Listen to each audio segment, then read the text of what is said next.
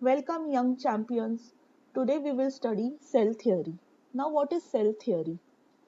In 1838, Matthias Schleiden, a German botanist, announced that every plant is made up of large number of cells. Every plant has many cells, millions of cells like living organisms, like human body, then animals. And he also added that each of these cells perform various life processes. So they are performing various functions. A year later, Theodor Schwann, a German zoologist, declared all animals and plants are composed of cells. We already know that living organisms like animals, plants, they are composed of cells. So what they do? They serve as the units of structure and function. So this is called as cell theory. This is the same thing which we have studied in the first video. And this theory was proposed by Schwann and Sheldon in the year 1839. Now, another scientist, Rudolf Virchow, in 1858 made an addition to the cell theory. Now, what he said, all cells arise from pre-existing cells. That means when the cells die, new cells are formed. So, this is the cell theory. Now, we will see the important points of this cell theory. The cell is the smallest unit of structure of all living things. We have already studied that it is the base of the living organism. The cell is the unit of function of all living things. That means it carries different types of functions. All cells arise from pre-existing cells. So you understood these 3 points in the question in the exam. If the question comes, what is the cell theory? You have to write these 3 points. You will get 3 marks for this. The cell is the smallest unit of structure of all living things. Then it performs different types of functions of all living things, and the cells arise from pre-existing cells.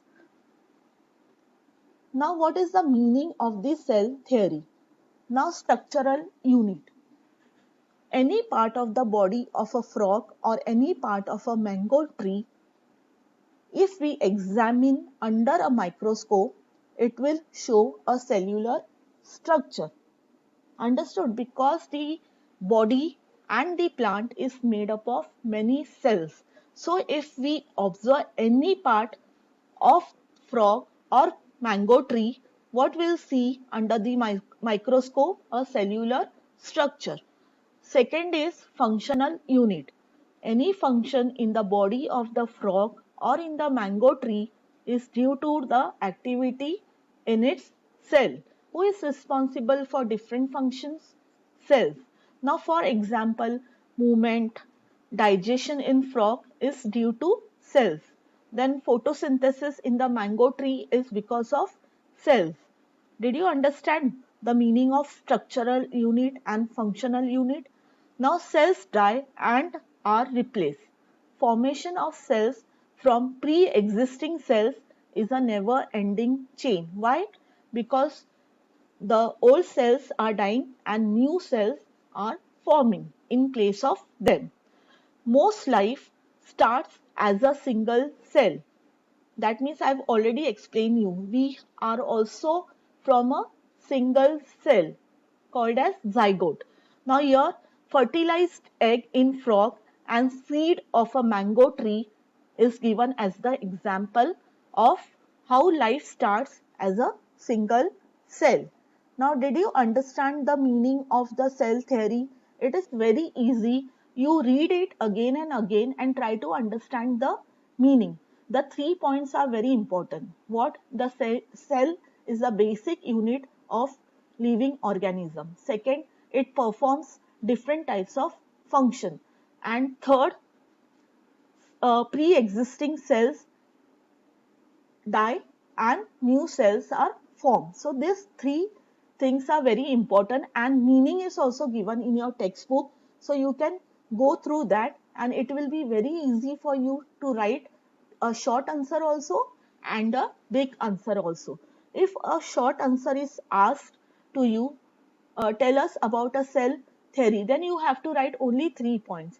If they ask you the meaning of the cell theory, then you have to write the full thing like structural unit, functional unit, cells die and are replaced, and most life starts as a single cell. Also, you have to write about those three scientists who proposed this cell theory. So I hope you understood this theory and you will do well. Thank you, children. Bye bye.